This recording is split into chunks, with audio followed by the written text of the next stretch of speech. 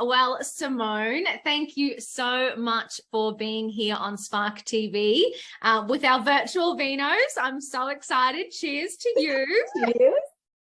Now, let's start off by talking about 9 Yards. So I know this is your people and culture consultancy. Talk to me about what that means. What is the business? So we exist to help create great people experiences for businesses for where they are today and where they really want to be tomorrow. So what that means in simple terms is we help businesses with their people strategy. So for example, it could be we have a client that is just starting out and is about to recruit their first people, and they just needed help with contracts and policies and just some advice about how to really set themselves up for success to ensure this new team member is engaged and feels really supported. We also have other businesses who have grown really quickly. You know, we know that that growth can happen sometimes in a matter of months, and they've suddenly found themselves with a team. And these co-founders are starting to think about, well, what does that mean? And how do we create a great team environment for them? So we went in and just gave them some support in terms of running a feedback session and getting their input into what they wanted to see their culture, what they wanted that culture to look like, and helped create a people plan for them. But then the other end of the spectrum is we go in and help existing HR teams and really established businesses who may not have the resources, they might not have the time or the focus for a particular project. So we can kind of support businesses wherever they're at and in terms of what their needs are as well. This is so cool because being a startup founder myself, I always found people the biggest challenge. I came from corporate world where I didn't manage anybody. I was a salesperson, so my destiny was always in my own hands. And then I started a business and it took off and we hired people. And the one thing someone once said to me, culture is never finished. And I was like, wow, that's so true. And, because people come and go, the whole people conundrum was always something that I really, really struggled with. So I'm super keen to explore that a little bit. But before we do, did you always have a business? Did you have a career beforehand? What was kind of your journey to actually starting a business? Yeah, so I had been in HR roles for 20 odd years, and I came to a real crossroads in my career, and I wanted to do meaningful work and really create impact. But I wanted flexibility, and this is pre-COVID times as well. So let's go back a few years. Excellent. I've got twins who are 9 now, and I really wanted to be present for them and do drop-offs and pickups and all of that. And I was really struggling to think about how I could make this work, to be honest. And I went out for lunch with my 2 colleagues at the time, Rochelle and Kira, who happen to be my business partners now. Wow. I know, and over a girls' lunch, as these conversations go, we started to think about, what could this look like? We were mums or wanted to be mums. And we just thought, how great would it be to be able to do our own thing? And we started to then think about the fact that we've helped so many friends and people in our network over the years with HR challenges they were having at the time. And, just giving them some advice or directing them in terms of a pathway. And we thought, could there be an opportunity to combine that sort of support for businesses who may not have access to our expertise otherwise and that flexibility? And it was really in that lunch on Collins Street in Melbourne, over a couple of bottles of bubbly, that always helps. It always helps. Great ideas. That's where our business was born. And that night we started our group chat called Dream Team, and we were off. So it was really exciting. That is incredible. I mean, I love it. So then there's 3 of you that started it. Yes. So we're all co-founders in the business, nice. Kira, Rochelle, and myself. Amazing. And do you all wear separate hats or do similar roles with different clients? Like, how do you actually structure the business? Yeah, so we all play very hands-on roles. So we are people partners with our clients. So we partner with them to support them in their people and culture strategy. We do overlap and we kind of support where the client might need. So if it is a big piece of work, we might do it together, which is quite nice. But then we also play a role in trying to run the business. And as you know, as being a business owner, it's a bit chaotic at times, and you're trying to just do things and juggle a lot of hats. But we've taken a bit of a reflection period to go, okay, we need to get a bit more structured about some of these things. And that's really our focus for the next 12 to 18 months. We've all got functional areas that we've identified, and we're going to take some ownership of that as well. That's so cool. And I think that in the early days, it is kind of chaos, right? But it is also because you're kind of just figuring it out. You know, it's like, what is important to us as a business? What roles are we going to play? Sometimes you don't want to overcook things as well and spend all of this time getting set up and then never having any customers or anything. So you do actually need to dive in a little bit. So I kind of love that you guys have dove in. Oh my God. You dove in. You did it. You did it. And now you're optimizing. I think that's such a smart approach to business. That you really prioritize customers and those side of things first. Yeah. And I think, you know, when you start out, you actually don't know what it's going to look like and where you're going to end up. And what we thought we might have been doing is quite different in a way to what our clients need and want. So it has been a real learning journey. But yeah, it's really exciting. That's so cool. And I love that. I was just talking to someone who different business, more of a product-based business, but exactly the same philosophy that you've really got to focus on what your customers want. Otherwise, you're not going to be building the right solutions and kind of growing the business. So actually being adaptable and hearing what they need, I think is so important in business.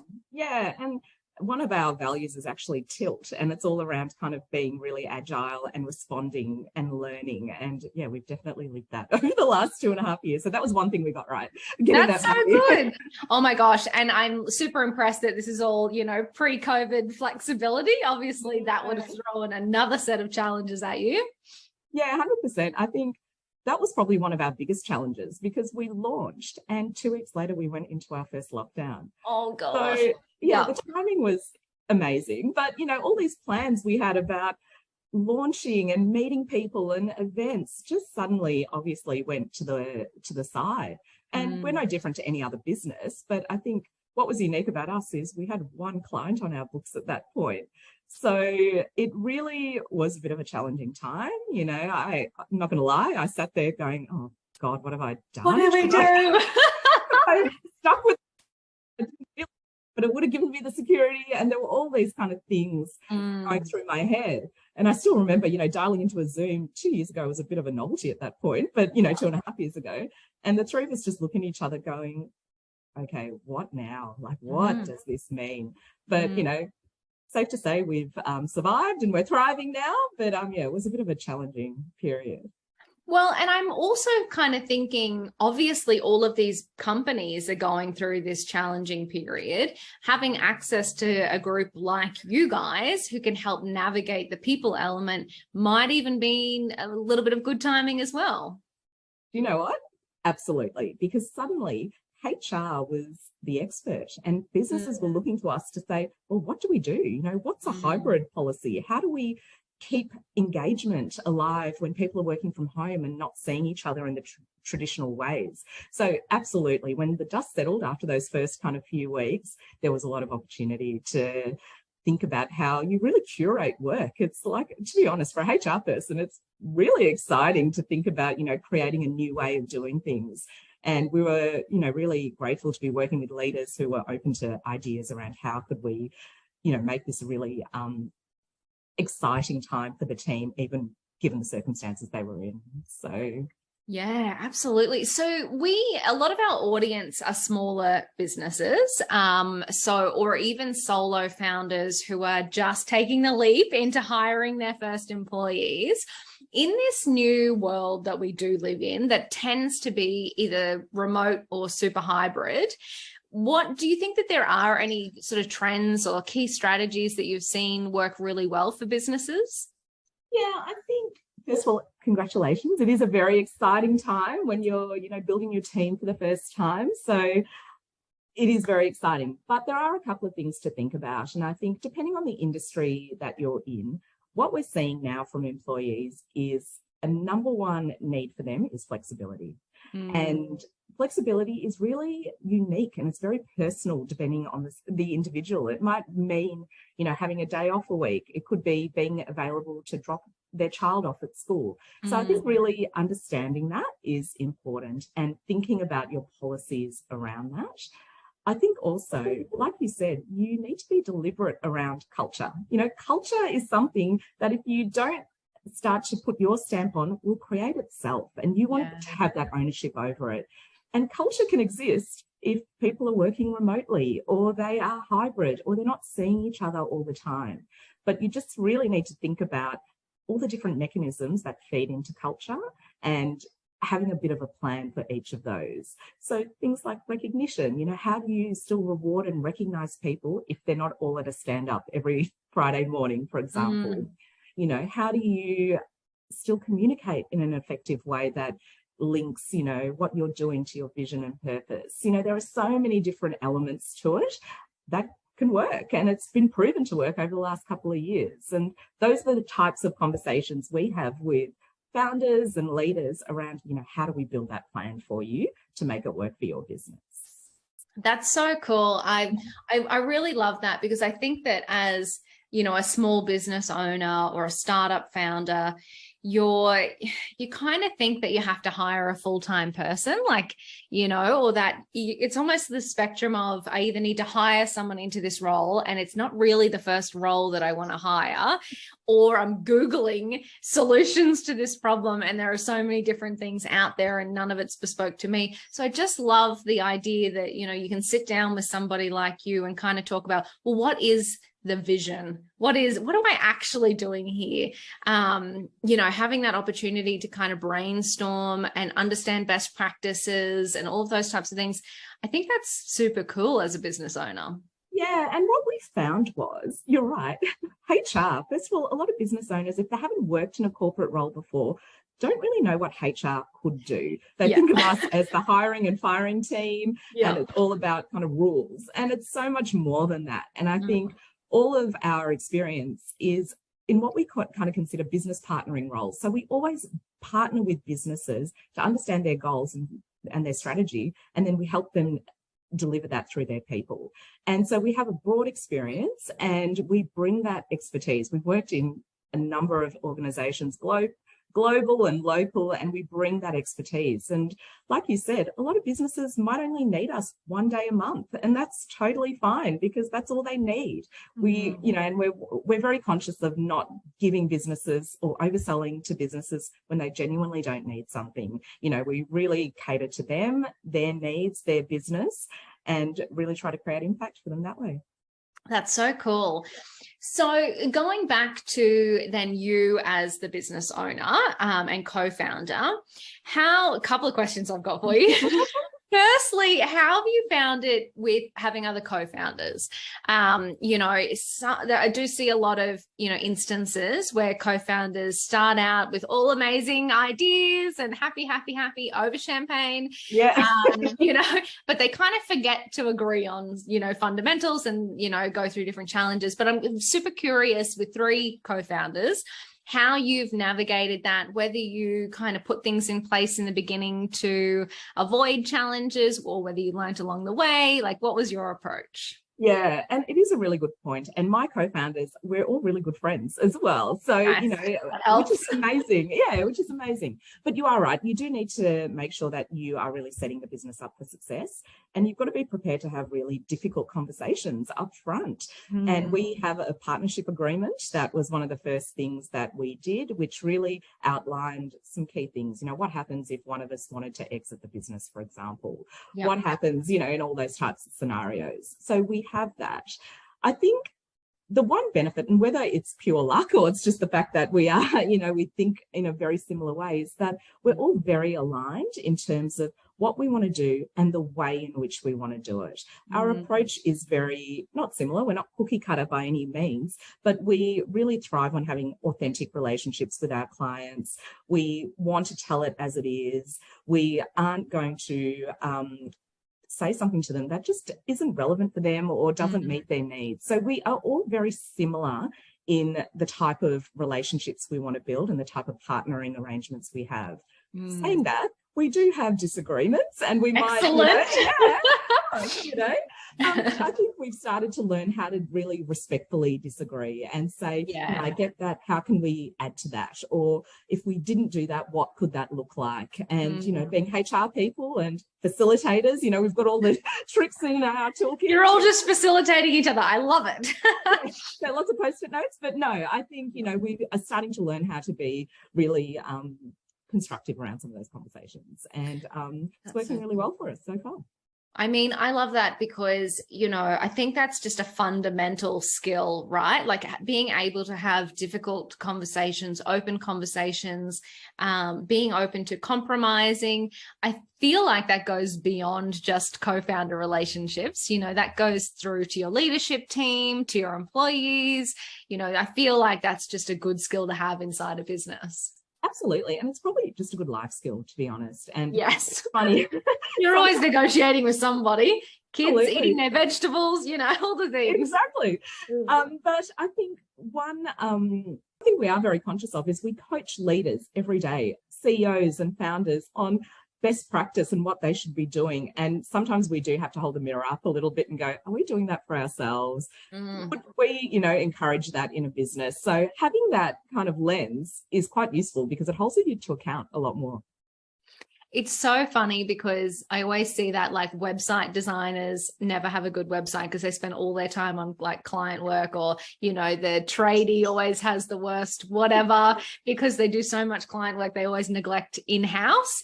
So I love that philosophy of actually holding up a mirror and kind of going, okay, hang on a second. Are we applying these best practices in our own business? Yeah, absolutely. I think it's really important. And HR is always evolving. There's different, theories that come out. There's different approaches, and we want to road test that as well. We want to show best practice, but if we're not living it, it's not very authentic from our point of view. Totally. And I think that's the same, like you can literally apply that to any business unit. You should always be looking to, what's the new research? What are the new trends? Does it work for us? Does it not work for us? How does it work for each of our clients? If you're not growing and learning and expanding, I think that you're doing yourself and your clients a disservice.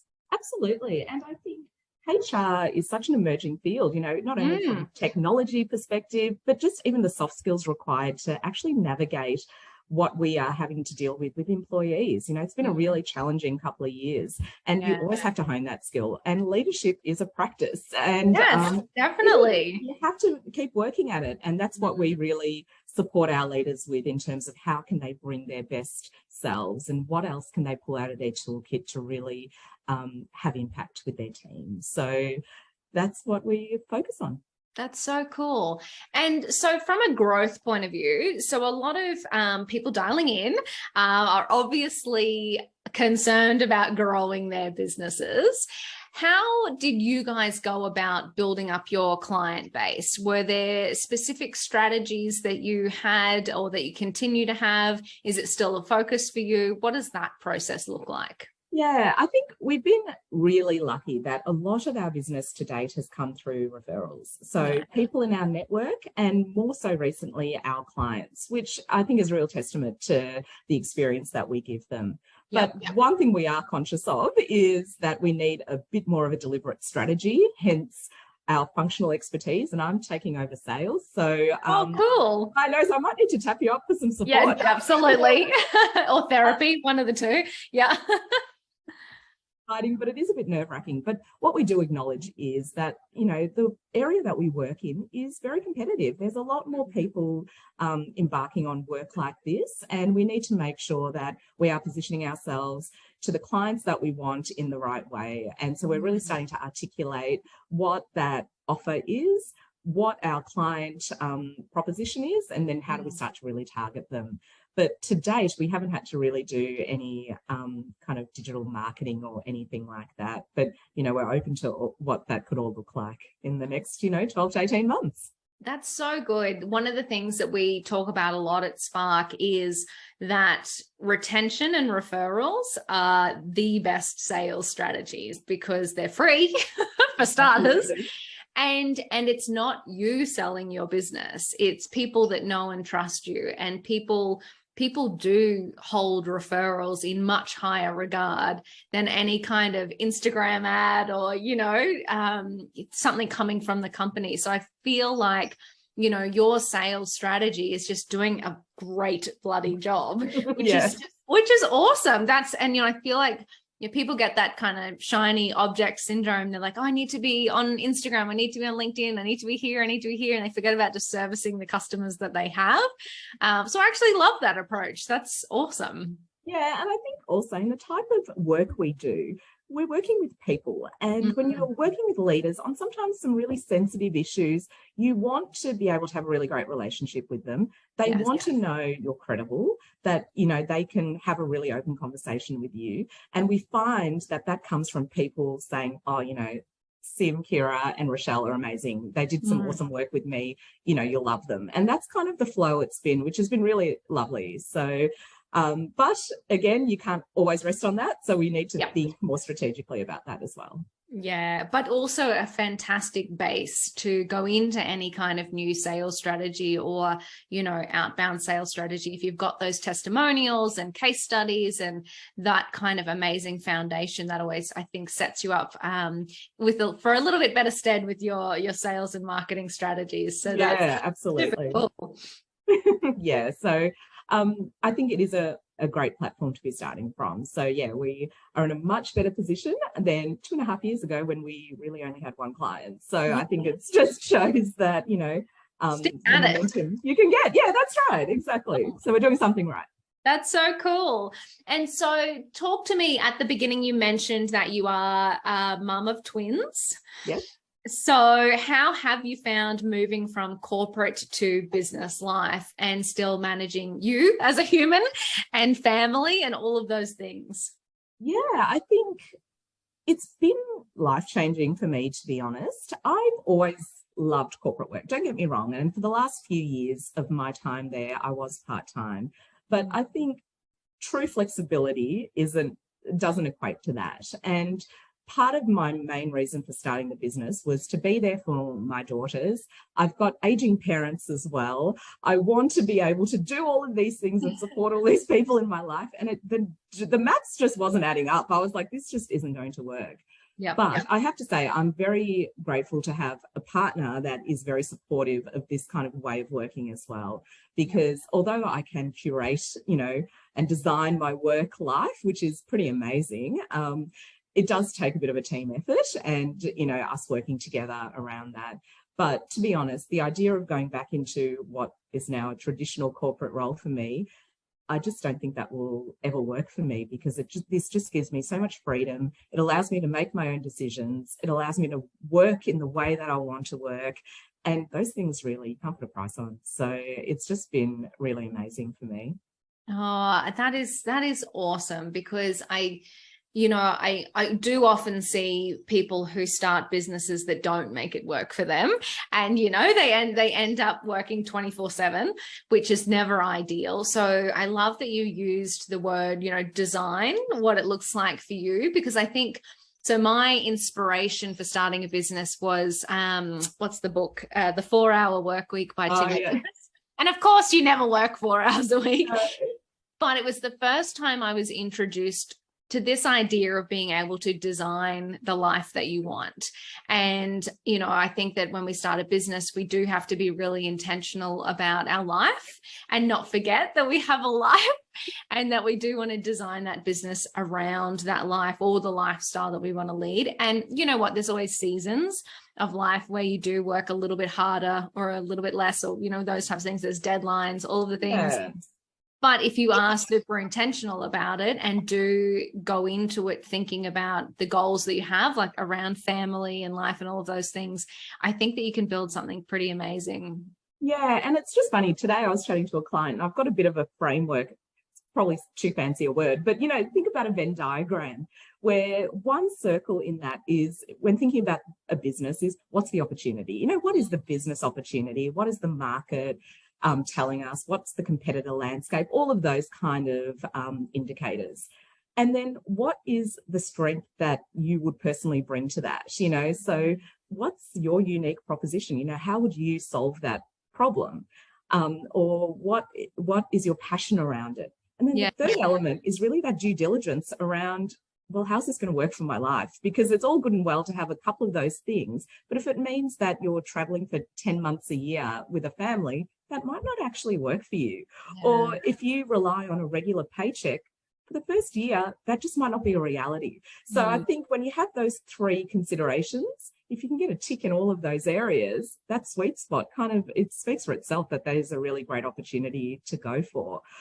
If there's not a tick in all of those areas, it doesn't necessarily mean a no. It just might mean a bit more thinking around what it could look like or who do you surround yourself with. So it was just something today that I used for the client and it worked really well. So that's the process that I really used when I was starting to think about this business. I just love that because I feel like I do really genuinely feel like some people don't always consider, what things will look like. So if you do have a framework that you can actually think about things, I even know just even of myself, I've got two businesses, they both have different products. And sometimes I need to pull myself back. I'm like, oh my God, this would be an awesome product. And then I'm like, hang on a second. That means you're going to be delivering X, Y, Z, all those things. I'm like, that's not what you want to do. So please don't launch that.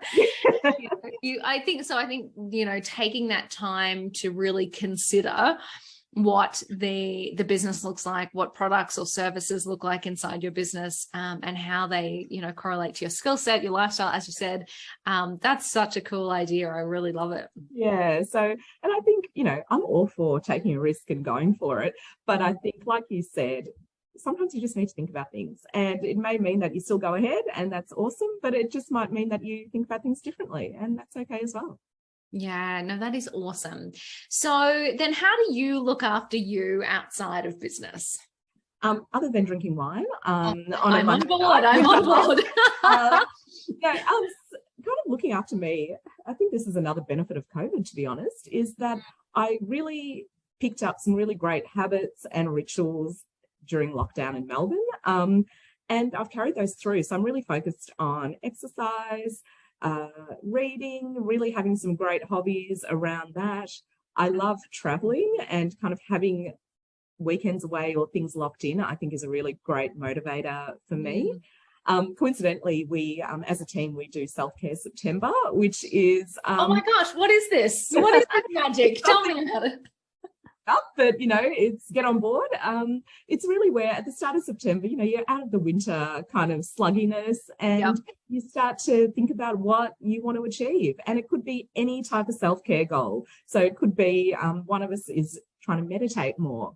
I'm trying to exercise or move every morning before I start work. Someone's trying to get to bed a bit earlier to get a bit more sleep. So, just all these different things. And each week we check in, and we try to hold each other to account. So it's just a really simple way that we bring, wellness to the forefront for our team. I'm also using this with some of my friends as well. So it's just something that's, personally really important to me, because if I just don't do some of these things, I'm not a great human to be around, to be honest. I'm a much better person when I do some of these things. You know what? And I love that too, how, you said as a team, you're coming together to do this. I've seen a lot of the quiet quitting memes that are going around at the moment.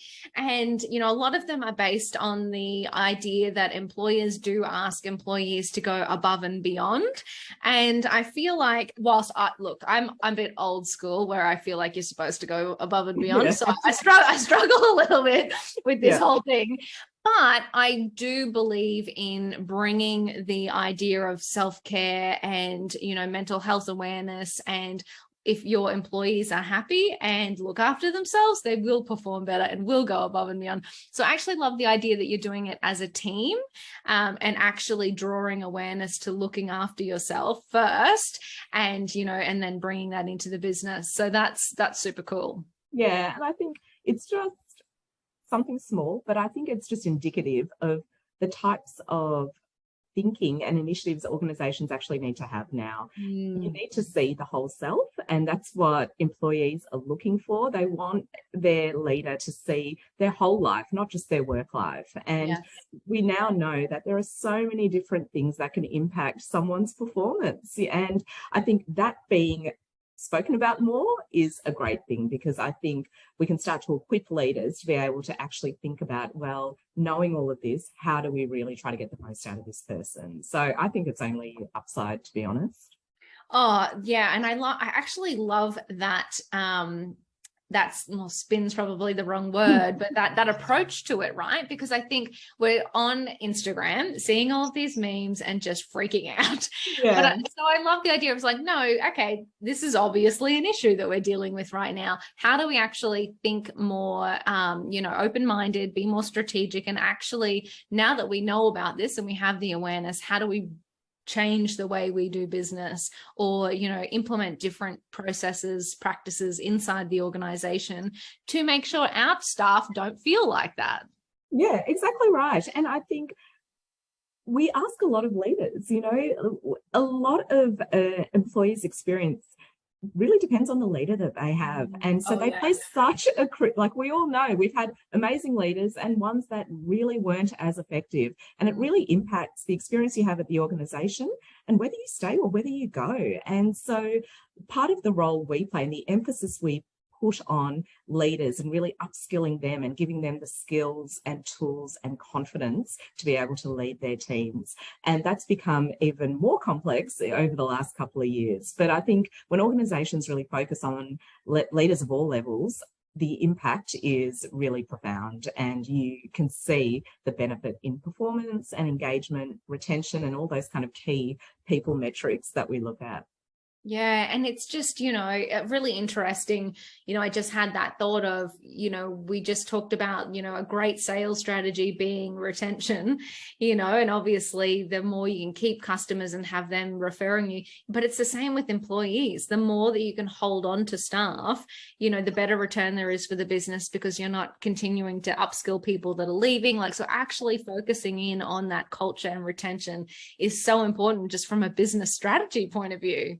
Yeah, it is. And I think the flip of retention as well, though, is sometimes it's okay if people leave, if they've if they've learned everything and they've created all the impact that they can, wouldn't you want as a leader to be able to see them grow and develop somewhere else? So I think it is kind of striking that balance around retention and engagement, but also really supporting career growth and individual preference about what people want to do. And I think when you start to kind of put all these things together, you start to really land what your kind of culture is and what your proposition is. So it's quite exciting.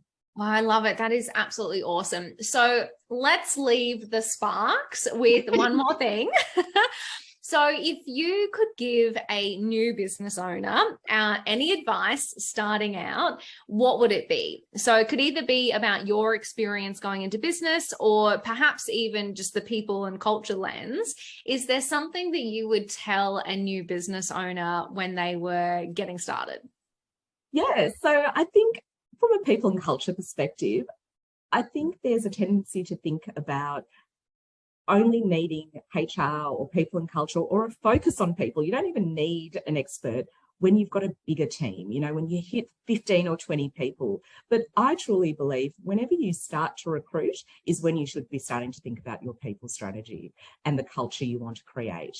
Even if it's one or two people, having those foundations in place and being really deliberate about the type of culture and experience and the type of work you want to create is irrelevant regardless of size. It's really important to do that from day dot. And I think businesses that genuinely care about their people, what we notice is the co-founders who have that people focus are the ones that are starting to think about that from day one. And it really shows in terms of how they grow, how they scale, and how they perform.